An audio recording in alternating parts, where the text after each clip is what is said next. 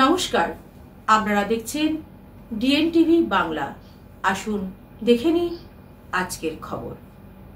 বহরমপুরের রাস্তায় ঝাড়ু দিচ্ছেন নারুগোপাল মুখার্জি।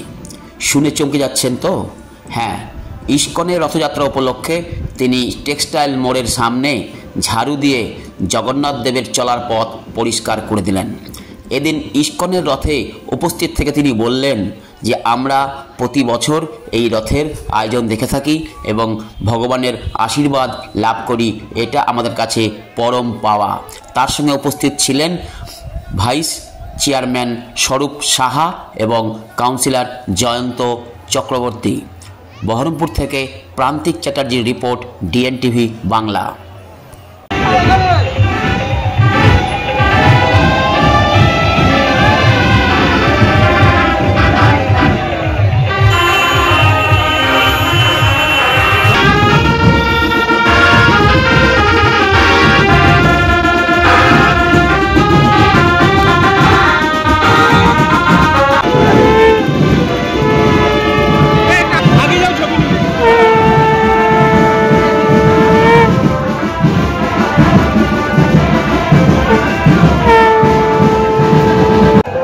নারুগোপাল মহাশয়কে অনুরোধ করবো আমাদের রথযাত্রা সম্বন্ধে কিছু বলার জন্য।